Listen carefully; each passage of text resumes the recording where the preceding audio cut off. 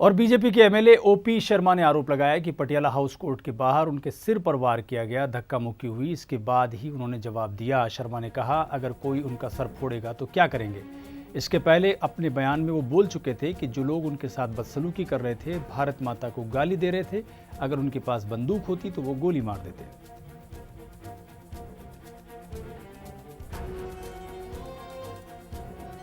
वो जो मार पीट के भाग रहा था उसे लोग पकड़ रहे थे, मैंने क्या करा उसका? मारते पीटते नहीं करा, मारते पीटते दिख रहा अरे है। नहीं मारा यार। नारा लगा रहा है जिंदाबाद, पाकिस्तान मारेंगे मारेंगे, आप लोग ठेका ठेका लेके उसका भी देखिए ना, आप लोगों ने ठेका लेके हाँ लेंगे।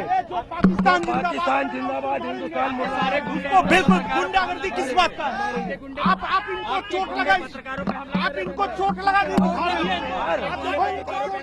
अरे पत्रकारों पे क्या कर रहे हैं? किसका? मैंने क्या किया है? भारत तो मेरा अरे यार मैंने क्या करा है? वही सारे गुंडे दिखाई दे रहे हैं। रमेश जी, आपको लगता है कि ओपी शर्मा साहब ने जो एक लड़के सीपीआई का जो लड़का था और बाकी जो उसके साथी लोग थे उनके साथ मारपीट घटना, इस पे लगता है पार्टी को दुख जताना चाहिए? नहीं, आप गलत बोल रहे हैं ना। आप जो है जी, पार्टी, एक बात बताइए ना कि ओपी शर्मा जी जब नारे लगा रहे हैं, वो गाड़ी की तरफ जा रहे हैं और वो उन पर अटैक कोई करेगा तो आदमी अब पार्टी विरोधी बात हो गई। ये बयान तो उनका मतलब करीब 24 घंटे बाद आया है। पहले तो वो ये कह रहे थे कि मेरे पास ये आप बंदूक, क्लिपिंग दिखा रहे हैं ना। ये अभी नहीं, वो कह रहे थे कि मेरे पास बंदूक होती तो मैं गोली मार देता। अभी आप क्लिपिंग दिखा रहे हैं, उसमें पीछे से जो है एक साथी बोल रहा है कि इनके सिर में चोट लगी है। नहीं, वो ठीक है, लेकिन क्या किसी को पीटेंगे, ये सवाल है। ऐसा है, डिफेंस में अगर आपने तरीके से कोई कर रहे हैं तो उसमें क्या परेशानी है भाई? डिफेंस में कोई आदमी उन पर अटैक कर रहा है, वो अपना डिफेंस भी नहीं करें और फिर दोनों बोथ साइड एफआईआर लॉज हो गई है। इन्वेस्टिगेशन के पार्ट में जो भी दोषी होगा वो उसके लिए खुला पार्ट है, उसमें ना कोई बीजेपी का। अग्रवाल साहब, आप ओपी शर्मा साहब की घटना पर क्या मानते हैं? ना सिर्फ वो लोग, वो लड़का अमीक और उसके साथी, बल्कि वो पत्रकार जिन पर वकीलों ने भी हमला किया, आप इन दोनों परिस्थितियों पर आपकी पार्टी का क्या स्टैंड है?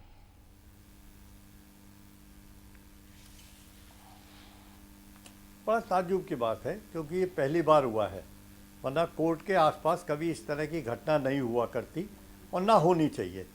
पहली बात ये कि ओम प्रकाश शर्मा जी का मैंने भी बयान देखा है, कहीं भी किसी को उनको मारते हुए नहीं किसी क्लिपिंग में दिखाया गया।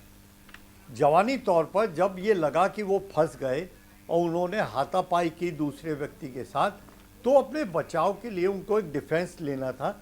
वो डिफेंस यही हो सकता था कि मेरे सिर पर वार किया।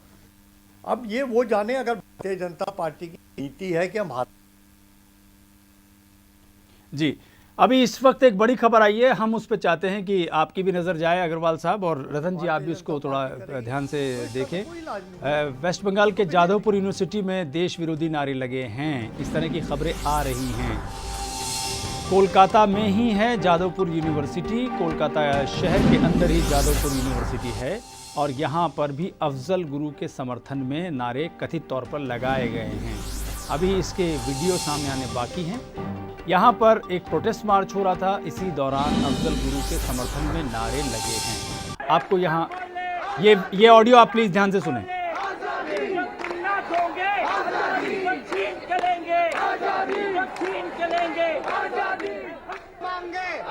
जादवपुर मांगे आजादी, इस मोदी से आजादी, आरएसएस से आजादी, जब कश्मीर ने मांगा आजादी, मणिपुर भी बोली आजादी, आजादी, आजादी,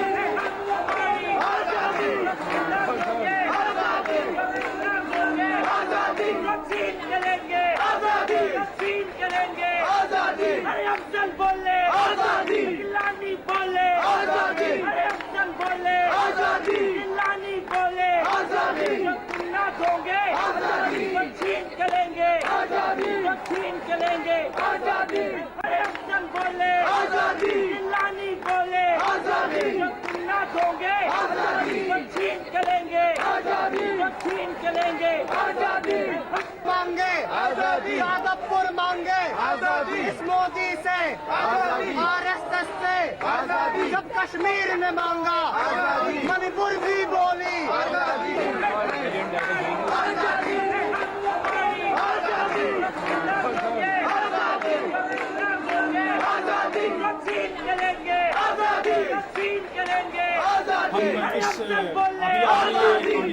इसके अंदर ना सिर्फ कश्मीर बल्कि मणिपुर की कथित तौर पे स्वतंत्रता के नारे लगाए गए हैं और ये लोग अफजल गुरु को याद करते हुए और SAR गिलानी जो कि जिनको गिरफ्तार किया गया press club of India Delhi में प्रोग्राम करने के आरोप में, उसके बाद से जादवपुर यूनिवर्सिटी पश्चिम बंगाल में इस विरोध प्रदर्शन में उसी तरह के नारे लगे और यहाँ न सिर्फ नरेंद्र मोदी बल्कि RSS से भारत की स्वतंत्रता के नारे भी लगाए गए हैं। रमेश जी, आप इन विजुअल पर क्या कहेंगे?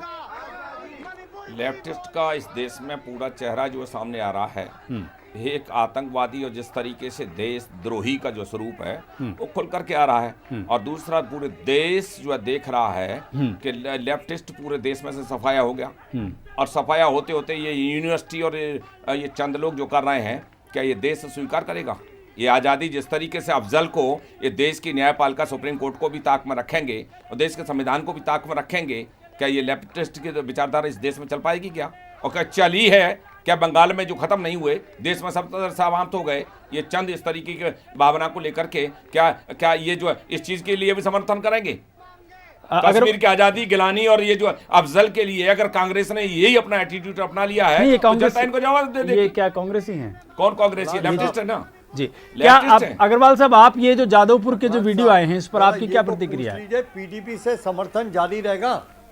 10 साल आपका रहा ना, आप उसे इलेक्शन कमीशन से क्यों नहीं उसे समाप्त करा दिया पार्टी को? 10 साल तो आपने झेला ना। 10 साल आप रहे जयप्रकाश जी, इलेक्शन कमीशन था तो उस पार्टी की मान्यता समाप्त करा देते हमसे प्रश्न करने से पहले। सर सुन लो एक मिनट। जी जी बताओ ना, मैं तैयार हूं ना। मैं सुन लो आप। जी जी बताओ। आज के समय में जवाब आपको देना, मुझे नहीं देना। नहीं बिल्कुल देना है। PDP कह रही है अफजल गुरु मार्टर है, क्या आप उसका समर्थन करते हो? नहीं करते? मैं आपसे वही तो कह रहा हूं कि हम जो करते हैं उसको जवाब देने से पहले 10 साल का जवाब आप ही दे दो। PDP की मान्यता आपने क्यों नहीं समाप्त करा दी? हमें भी तो दे दो जवाब आप। अखलाक साहब, नहीं अग्रवाल साहब, नहीं आतंकवाद, भ्रष्टाचार, अग्रवाल साहब, क्षेत्रवाद, जातवाद, धर्मवाद कांग्रेस की जड़ नहीं है साहब। कांग्रेस की अग्रवाल जी कर रहे हैं उसका जवाब आप देंगे, मैं दूंगा जी। 68 साल में 60 साल आप लोगों ने पैदा किया है और 404 में से 44 में रह गए आप और हमसे प्रश्न पूछ रहे हैं 1.5 साल वालों से। पता लग गया गुजरात और महाराष्ट्र में क्या हालत हो रही है आपकी, मालूम हो गया? अग्रवाल मालूम हो गया? क्या मालूम हो गया? सुन नहीं पाए हमें। और 3 साल बाद हो जाएगा काम। नहीं अभी 12 में से 7 जीते रतन जी, 12 में से 7 जीते इलेक्शन में। अग्रवाल जी, मैं आपसे अग्रवाल जी आपसे जादवपुर यूनिवर्सिटी के रेफरेंस में पूछ रहा था। जादवपुर में भी इस तरह के नारे लगे हैं, ये सही मान रहे हैं आप? इस पर आपका क्या स्टैंड? आप सही मान रहे हैं इस स्टैंड को? अफजल के नारे को सुप्रीम कोर्ट को भी ताक में रखेंगे, आप इसे सही मान रहे हैं क्या? शुरू में 2 लफ्ज बहुत, रमेश जी को चुप कर दें। अच्छा चुप हूं, मैं चुप हूं। 2 मिनट चुप कर दें। जी जी चुप हूं। अगर हमें संजीदगी के साथ बहस करनी है तो जरा सुनने की आदत गिरनी चाहिए। बताइए ना, मैं सुन रहा हूं। सुन।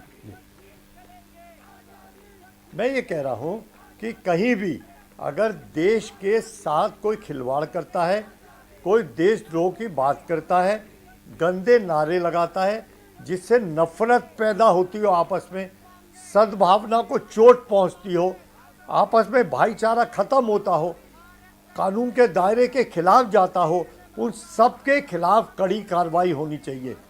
ना तो देश को तोड़ने की बात कोई कर सकता है, और अगर कोई देश में नफरत भी पैदा करता है, हमारे भाईचारे को ख़त्म करता है, हिंदू मुसलमान के भाईचारे को ख़त्म करता है, उनके खिलाफ भी देशद्रोह का मुकदमा होना चाहिए, वो प्रावधान भी होना चाहिए। लेकिन अग्रवाल साहब, जब ये कार्रवाई कन्हैया के विरुद्ध हुई, जब ये कार्रवाई कन्हैया के विरुद्ध हुई, गिलानी के विरुद्ध हुई, तो आपको नहीं लगता कि आपकी पार्टी उनको डिफेंड कर रही है? 1 मिनट, ये प्रश्न ले लेते हैं। जी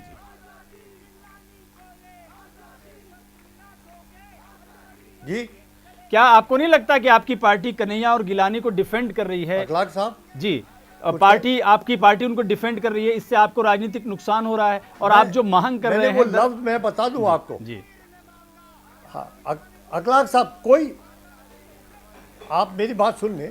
देखिए, जो कन्हैया का सवाल है, कन्हैया के खिलाफ अभी तक कोई सबूत ना पुलिस दे पाई, जबकि वो छोटे छोटे सबूत हमेशा टेलीविज़न को दे देते हैं, बयान देते हैं निकाल के, देखिए ये हुआ, देखिए ये हुआ।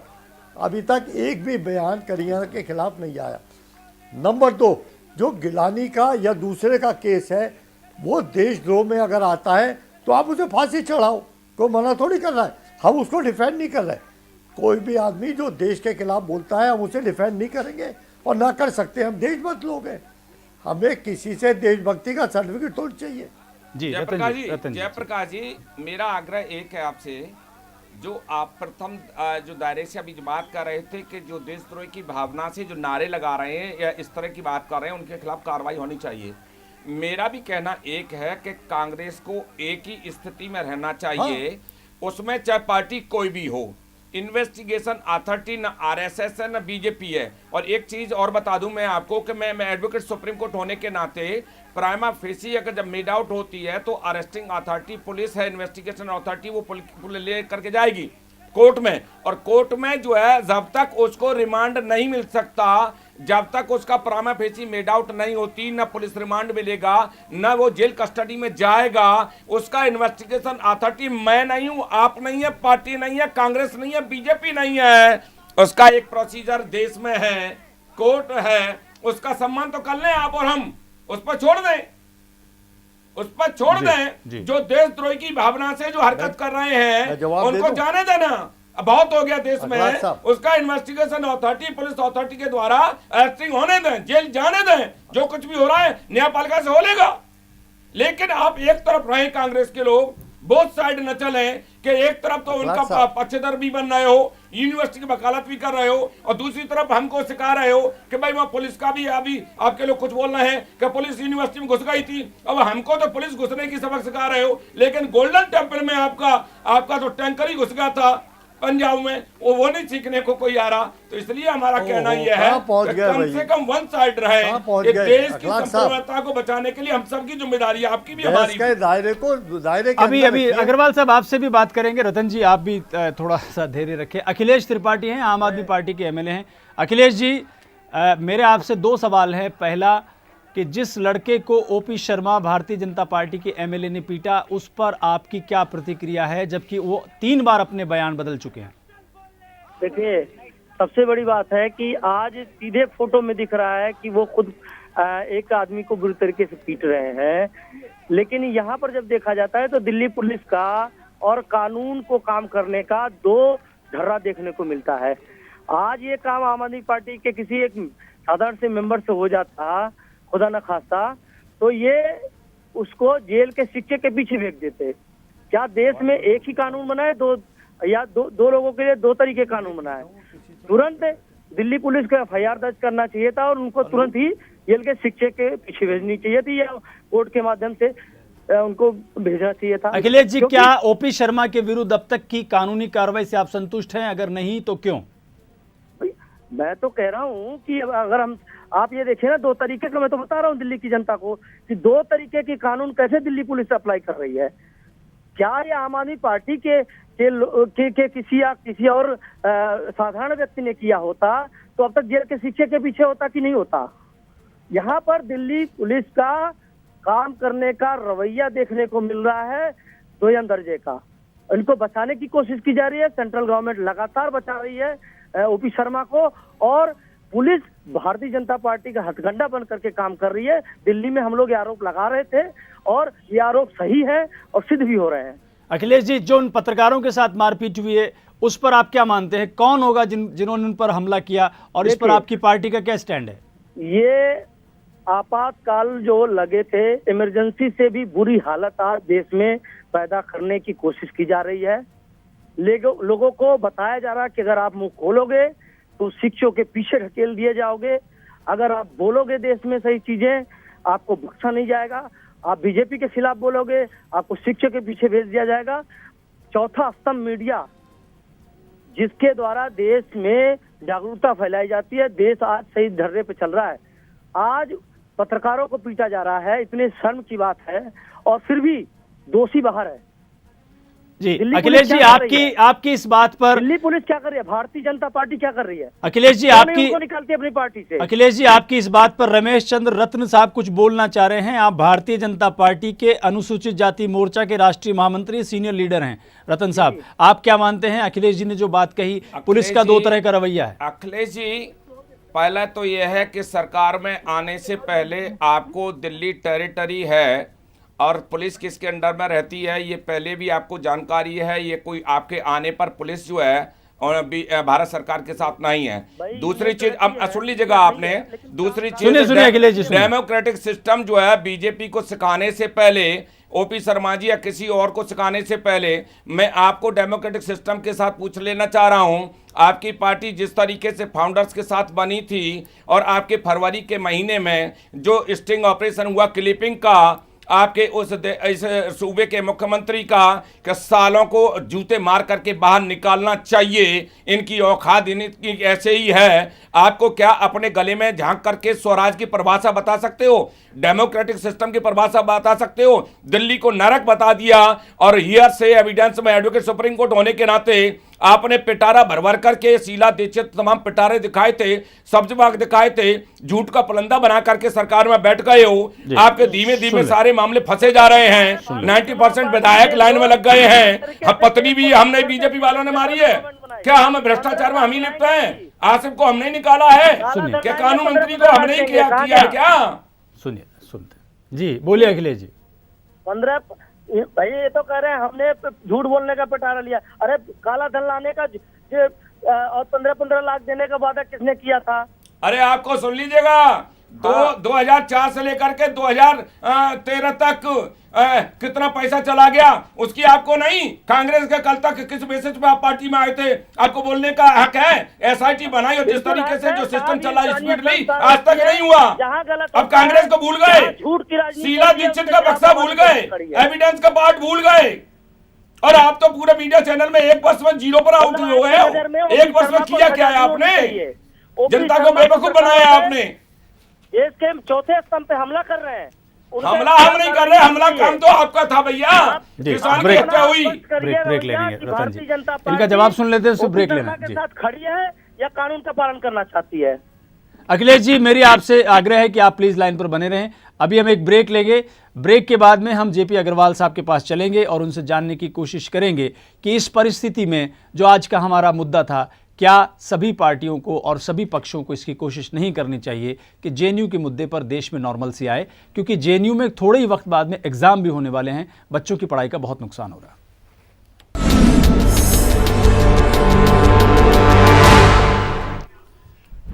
तो दिल्ली के पटियाला हाउस कोर्ट में पत्रकारों की पिटाई के मामले में सुप्रीम कोर्ट में कल सुनवाई होगी। जेएनयू के एक पूर्व छात्र ने सुप्रीम कोर्ट में इस मामले में अर्जी दी है।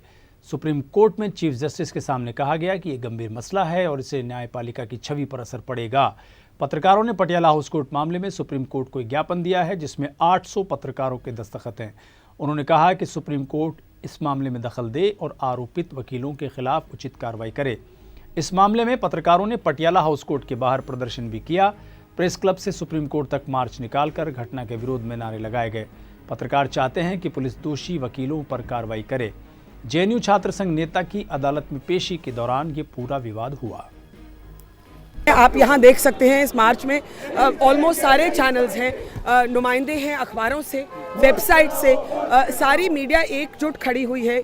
एक मैसेज हम भेजना चाहते हैं कि हमारा जो हक है, हमारा हक है that we should be able to report without intimidation, without being bullied. जी, मैं कोर्ट रूम के अंदर थी। मैं उनको बताना चाह रही थी कि वो लोगों को रैंडमली पकड़ के, उनको जो भी जेएनयू जैसा दिख रहा था या स्टूडेंट दिख रहा था उसको पकड़ के मार रहे थे। बोल रहे थे आपको मार मार के पाकिस्तान वापस भेजेंगे। तो ये एक बार हुआ, 2 बार हुआ, लेकिन पूरा पटियाला हाउस कोर्ट में ऐसे ही चल रहा था। मैंने अपना फ़ोन निकाल के उसे रिकॉर्ड करने की कोशिश करी और उन्होंने मुझे देख लिया रिकॉर्ड करते हुए। फिर वो हमारे पीछे आ गए और मेरे ऊपर खड़े होकर 15 लोग against me and a friend of mine खड़े होकर मुझे बोल रहे हैं, मैडम आप या तो फ़ोन डिलीट करिए, फुटेज वीडियो डिलीट करिए, वरना पहले आपका फ़ोन तोड़ेंगे फिर आपकी हड्डियां तोड़ेंगे। हम अपने काम कर रहे हैं, उसके अंदर हमें कोई मारे पीटे नहीं और हम अपने आप को बहुत बड़ा भी नहीं समझे। हम एक भारत के एक आम नागरिक हैं और आम नागरिक पिटे क्यों? वो तो काम कर रहा था, वो लड़कियां काम कर रही थी। मैं देखता हूँ कि पत्रकारों पर हमला लोकतंत्र पर हमला होता है, साफ है। और अनएक्सेप्टेबल है। किसी भी डेमोक्रेसी में, किसी भी लोकतंत्र में आप पत्रकारों पर इस तरह से हमला नहीं कर सकते। मुझे लगता है कि पत्रकारों से ज़्यादा हमारे लिए जनता को बोलना चाहिए। जो दर्शक हैं, जो आपका टीवी देख रहे हैं, जो मराठी बोलते हैं, बांग्ला बोलते हैं, हिंदी बोलते हैं, भोजपुरी बोलते हैं, गुजराती बोलते हैं, उन सब को अगर इस तरह से अगर पत्रकार को डरा देंगे, एक तो हम वैसे ही असुरक्षित माहौल में नौकरी करते हैं, हमारा कोई ठिकाना नहीं, क्या मालिकान का पैटर्न है, क्या नहीं है। और इस तरह से अगर राजनीतिक दल डराते रहेंगे और तो फिर तो बहुत नुकसान हो जाएगा फिर इस देश का। क्या राजनीतिक दलों ने अपने आप से फैसला कर लिया है क्या कि वो जो बोल रहे हैं वही सत्य है? ये अभिव्यक्ति स्वतंत्रता का मतलब ये नहीं है कि कोई पत्रकार किसी देशद्रोही का समर्थन कर रहा है। अफजल गुरु के साथ किस पत्रकार ने समर्थन किया? बिल्कुल नहीं किया अफजल गुरु का समर्थन। पत्रकार पूरी तरह देशभक्त हैं। हमारे साथ हमारे सीनियर साथी और मेट्रो एडिटर हरेंद्र राठौड़ साहब भी हैं। राठौड़ साहब, आज पत्रकारों का ये जुलूस कितना जायज़ मानते हैं आप? देखिए, ये जायज़ है और पत्रकार पहले से भी ये करते आ रहे हैं। 7 दिसंबर को भी पत्रकारों ने जंतर मंतर पे ऐसा ही एक प्रदर्शन किया था और जर्नलिस्ट प्रोटेक्शन एक्ट की मांग की थी, लेकिन अभी तक उसकी सुनवाई नहीं हो रही है। पत्रकार कैसी भी परिस्थितियां हों, उनके लिए कोई ऐसी अलग से कोई व्यवस्था नहीं है कि उन्हें कहीं भी सुरक्षा दी जाती हो। दूसरी बात यह है कि जो राजनीतिक दल पत्रकारों को अपने प्रोग्राम्स की कवरेज के लिए बुलाते हैं, जब उनकी सरकार होती है, सत्ता में होते हैं, तो वो दूसरे पत्रकारों को पिटवा देते हैं। तो जाहिर सी बात है कि पत्रकारों के लिए परिस्थितियां इतनी आसान नहीं हैं काम करने की, और यही कारण है कि पत्रकार ये मांग कर रहे हैं। और आज का प्रोटेस्ट जो किया गया है पत्रकारों की ओर से, वो जर्नलिस्ट प्रोटेक्शन एक्ट की मांग के तहत ही है। ये बात अलग है कि मांग कोई भी पत्रकार पिट रहा है, क्या वहाँ मामला चल रहा था, किसकी सुनवाई थी, कौन विरोध कर रहा था, कौन समर्थन कर रहा था। अगर इसको हटा दें तो पत्रकार अपना काम कर रहे थे और पत्रकारों को उनके काम से रोका गया है, तो जाहिर सी बात है कार्रवाई होनी चाहिए। अग्रवाल साहब, आप क्या मानते हैं कि आज पत्रकारों ने जो जुलूस निकाला और सुप्रीम कोर्ट के नाम जो ज्ञापन दिया, जिसमें 800 जर्नलिस्ट के सिग्नेचर हैं, यहाँ बिल्कुल ये सवाल नहीं है कि कौन किस पत्रिका या अखबार या चैनल से है, लेकिन अक्रॉस द ब्रांड सभी ने ये माना है कि उनके साथ जुल्म हुआ है। आप क्या मानते हैं परिस्थिति क्यों बनी कि पत्रकारों को पीटा गया, और ये परिस्थिति क्यों बनी कि पत्रकारों को 800 जर्नलिस्ट को आज सड़क पर निकलना पड़ा?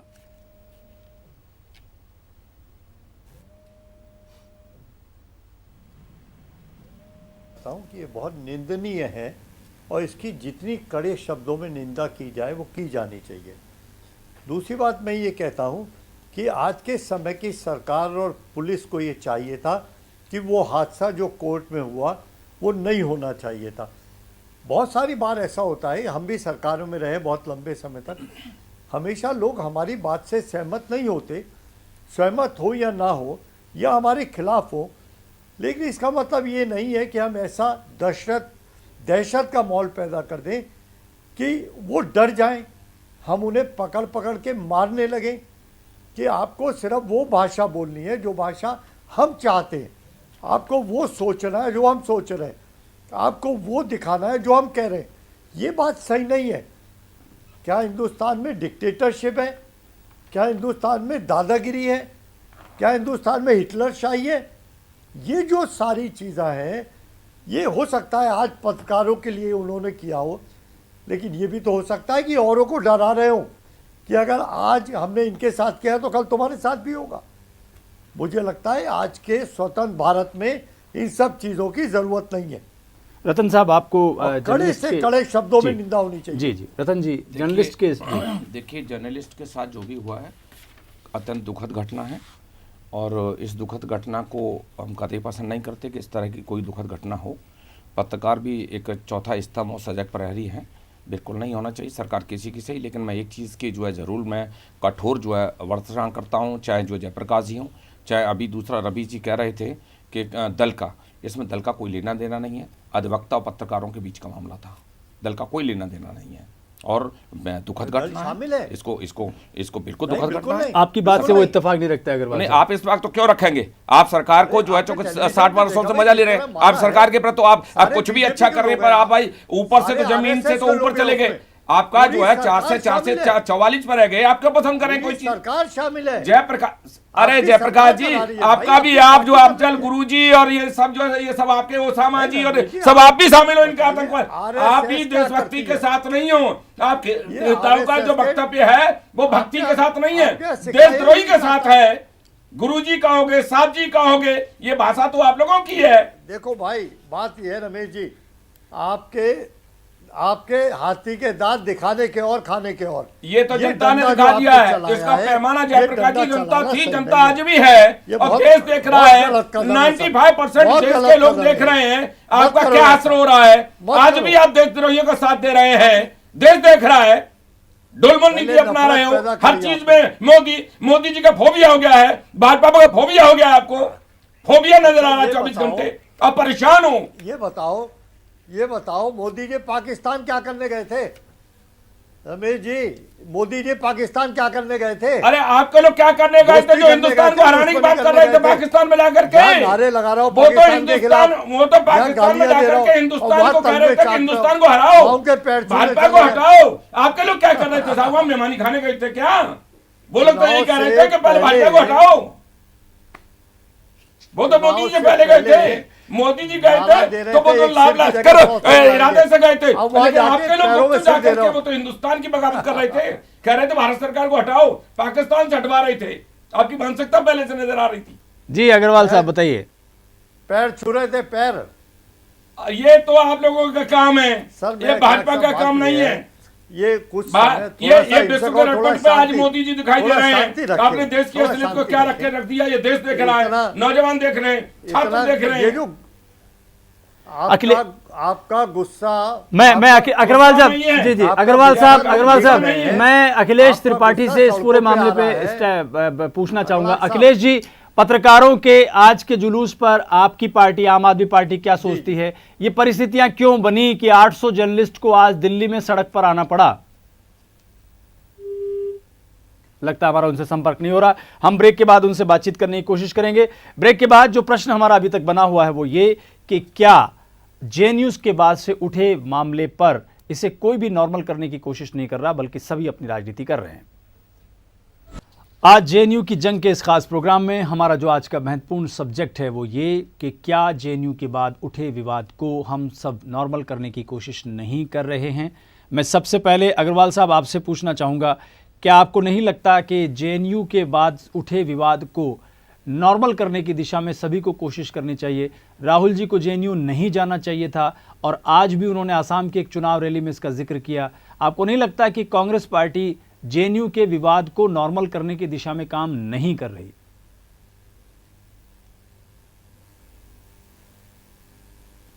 अखलाक साहब, हमारा क्या रोल है? जो शीशे में आईने की तरह साफ दिखाई दे रहा है, एक राजनीतिक पार्टी की हैसियत से हमें उस पर तबसरा करना चाहिए, हमें अपनी राय रखनी चाहिए।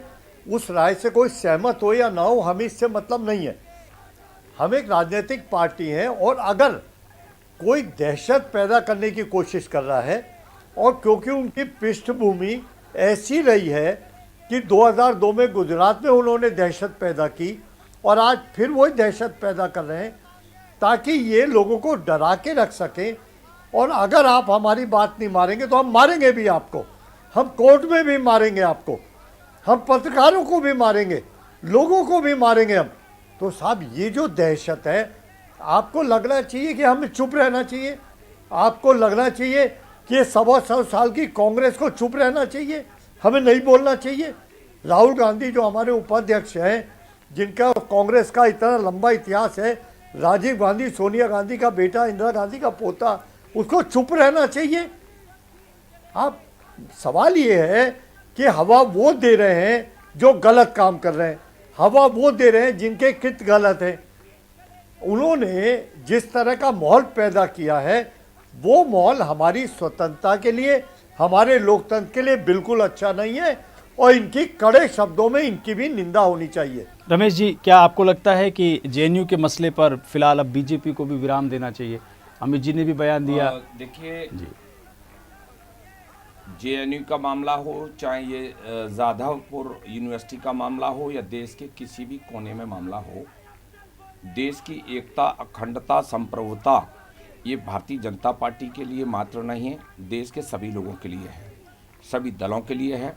बड़ी कटिबद्धता के साथ देशद्रोही ताकत कोई भी हो उसका सख्ती से निपटना चाहिए। और जहाँ तक जयप्रकाश जी पाठ पढ़ा है गुजरात का, तो ये 74 और 75 को भूल जाएंगे क्या, 84 को भूल जाएंगे? ये अपने 60 साल के आज़ादी के उसमें इन्होंने पत्रकारों के साथ क्या हसर किया।